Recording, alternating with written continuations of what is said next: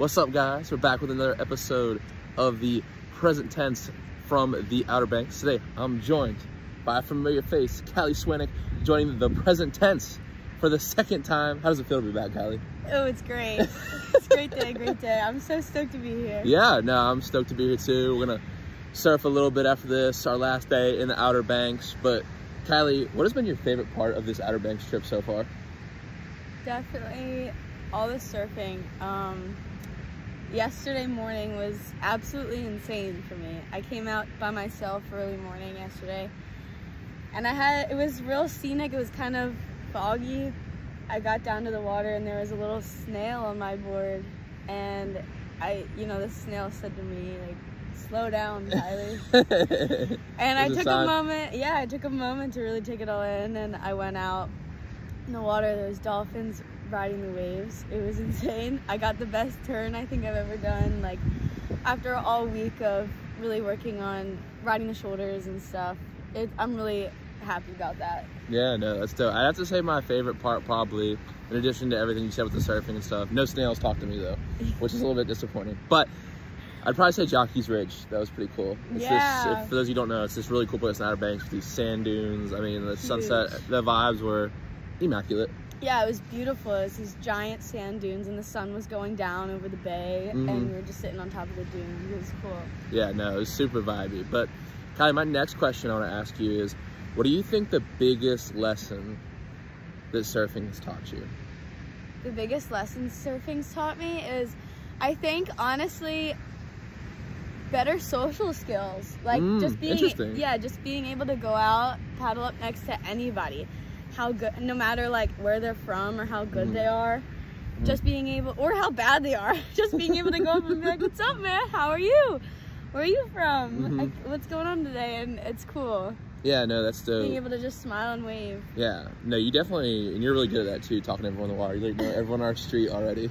Yeah, that's after like 2 days. After like 2 days, and obviously we met Sarah and Maggie yesterday. I had an episode of the Present Tense with them. Like, that was pretty cool. We always get to meet people. Cool. I mean, although we met them at Jockey's Ridge because we got lost, but that's a different story for a different time. But yeah, yeah, no, the surfing, the social part of surfing is really cool. Like, obviously we're social creatures, just like the dolphins. We just saw it there. There's some dolphins. Oh my God, yeah, ripping it up right there. Yeah, but I think that's definitely one of the cool parts of surfing. But I think also, like you said with the snail, like, you really have to slow down in surfing. I think, like, it is a sport where things happen fast because it's a fast motion of popping up on the board, but you have to be in control. You have to really be observant of what's going on. I think sometimes we're in such a rush, and like I was talking about this other day, like, we always eat like food and we're trying to get to one place to another. We're eating quick, but just like taking a breath and not to just feed your body, but to feed your soul is a really important thing. And that's what surfing has made me realize, because there's a lot of waiting and a lot of like looking at when the waves are coming and reading the waves, and you just have to take it all in and just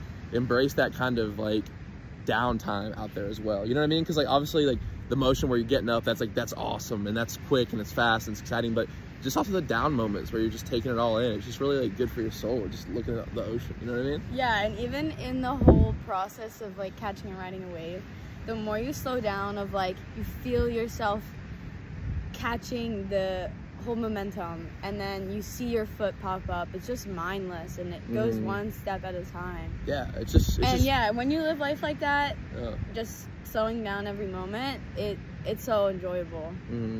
It's mindless. Yeah, mindless fun. Hours of fun. Yeah, no, yeah, it really is. Yeah, man, that's really well said. And you know, I hit the girls yesterday with a new question of the present tense, and also season 6 is coming up soon, but I added another question into the mix that I want to try out on you today.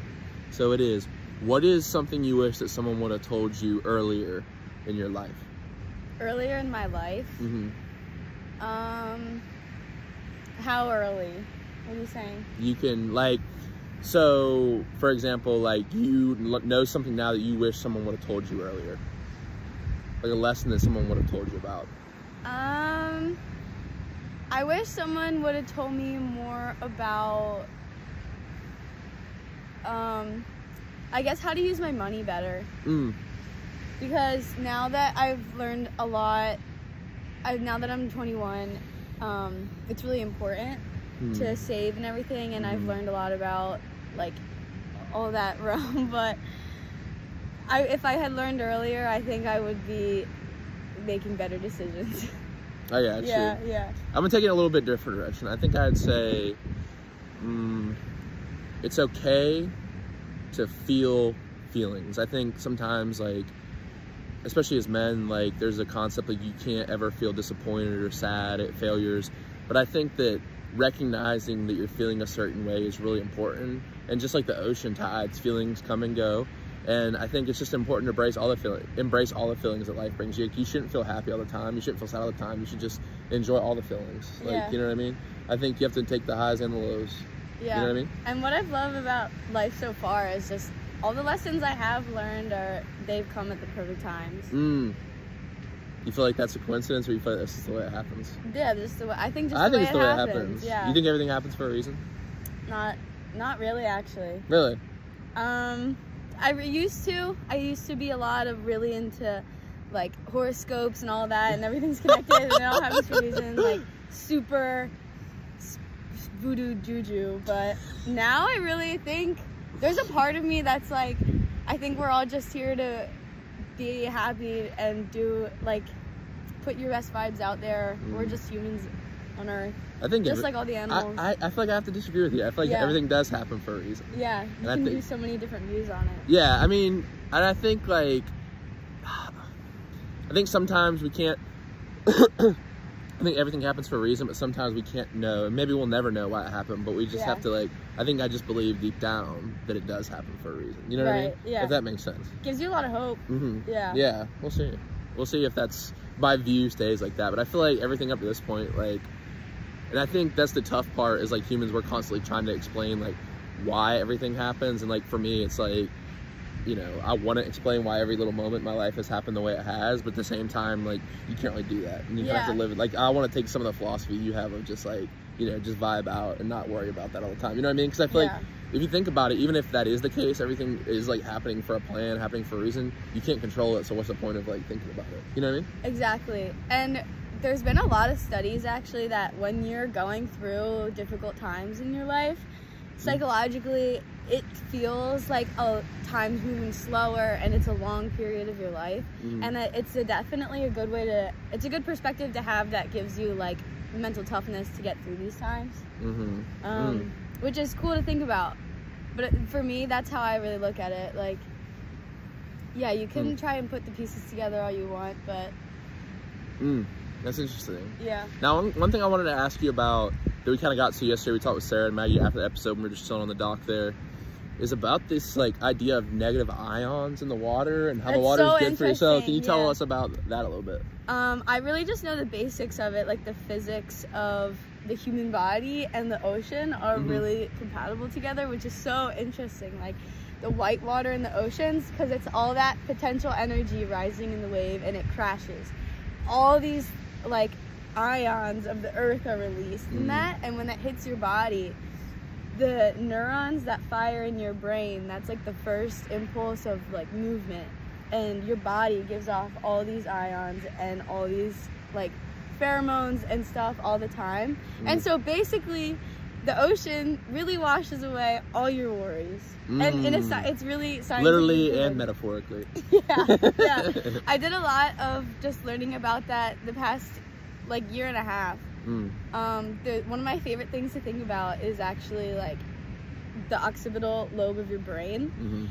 It functions in a way that, like, me holding this mug, my brain thinks that this mug is part of my body right now, and that's how I can, like, function and use it. And so same way when you're surfing, your body, like, is mentally, it's totally connected to your board. That's how you can, like, know how to move it and make it do what you want to do. In the same way when you're swimming and you're just floating and you're keeping yourself balanced, your body's completely connected to the ocean. Like, your brain really believes that. That's how we can do this. Yeah, because you're not only connected to your board, like, because you're in the wave as well. So, like, your body thinks the wave is part of you. Yeah, and you know how to maneuver in it and everything. That's crazy. That's how you learn. And that's so valuable. That's how your brain works. Whoa. It's so cool. That's dope. Yeah. Well, even, like, I know you use snowboard too, like, and, like, so, like, your body probably thinks, like, you're part of the mountain too, like, connected to nature. Yeah. that Whoa. getting connected to nature when you're out there. It's so real. Whoa. It's literally. All right, so Kylie, my next question is about your art. Like, you've been doing a lot of surfing murals and murals on cafe walls and stuff. So tell us a little bit about that. You've done a lot since we last talked. Yeah, I've done a couple jobs with painting surfboards more. Is kind of what I've moved on from murals. Okay. Yeah, these are just the jobs that I have right now, and I love it. It's everything's different. Some are rideable, some are decoration, some are like gifts, and it's been a really interesting process of getting to know the people I'm doing these jobs for, like going out and surfing with them, getting to know them, and you come up with the best ideas, just getting comfortable with these people that you want to make art for. It's awesome. So like, what's the process? You talk about like you getting to know them. What's the process of like when you're gonna paint something for someone? What's that process? You're like, yo, Kylie, I want you to paint this surfboard. What happens then? We'll talk about the top things that you want incorporated in it, if you have any specific idea. But really, I'll think of, after everything we talk about, we'll take like the 4 or 5 most important things that you want in your art, and then we'll think about like maybe one concept that'll make it all better, string it all together. And I also like just going out and surfing. Like, I would go surfing with you, get to know your style, what kind of stuff you like to think about when you're in surfing, and you come up with, you just get colors that come to mind for certain people. Oh, that's really cool. And yeah, like, when you're painting, how do you take that information of like what you're surfing like and turn it into a painting? Like, that's really interesting. You're like, we're talking to Sarah and she does that like photography, like she wants the photo. Like I guess I don't really do art or like people photography that much. Like, how do you like apply that in that way? It's really interesting to me. I think you really get the people's perspectives on life and you know, like their senses of humor and their styles and aesthetics from hanging out with them, and you see the things that they love, and you kind of get like visions and cool ideas from that. Yeah. Whoa, that's interesting. Okay, now what's up with the cowgirl skeleton riding the octopus? Is it? No, I mean, then the whale. That's your signature thing, right? Yeah, I think my signature style, it's becoming like the skeleton and the cowgirl kind of a vibe. My next project actually is of a skeleton cowboy on like a skeleton dirt bike bull in flames and flowers, so it'll be really dope. That's dope. That. Yeah. No, that is dope. Yeah, that's dope. That's gonna be a really cool project. Something that I've been really thinking about is I want to figure out how I can really pay it forward. Maybe I'm gonna start doing films like dedicated to different charities. Yeah, surfing films are really cool. I know you're really. When did you get like into those? I never like really heard that much about the space until you kind of showed me some of those surfing films. Really? Yeah, no, I didn't know it was like such a big space. I think it's the coolest realm of art, because surfing itself is such an art. It's so expressive and it has so much love tied around it, and just a history of love, and that's all it really has. And just with people get to express themselves with their film and their art and put it all together. Like, this is something I love to do out in nature. This is me connected, and I'm gonna show it to you in my perspective and the amazing things that I see, and it's amazing. Yeah. Whoa. Out with your friends. Wow. That's really making me think. It makes me want to go out right now. We're gonna shoot up after this, but man, that's really cool. Now, we talked last time about like your surfing journey a little bit and like where you wanted to go, but I want to ask you, like, what is the next destination you're looking forward to surfing? Right now? Yeah. I have planned going over to the West Coast, and I've never been to California, so I'm really excited. My one cousin wants me to paint a surfboard for him and then like go and drop it off. So I'm really excited for that, and we'll see how it goes. He lives near Malibu, so we'll get some. Hopefully I'll learn how to hang 10 or something on the shortboard for a while. There you go. It'll be cool. Now, last question, Kylie, before we wrap it up, we shred some gnar, is what is one word you would use to describe yourself? I'm really interested to hear this. Okay, I would say in life, a gambler.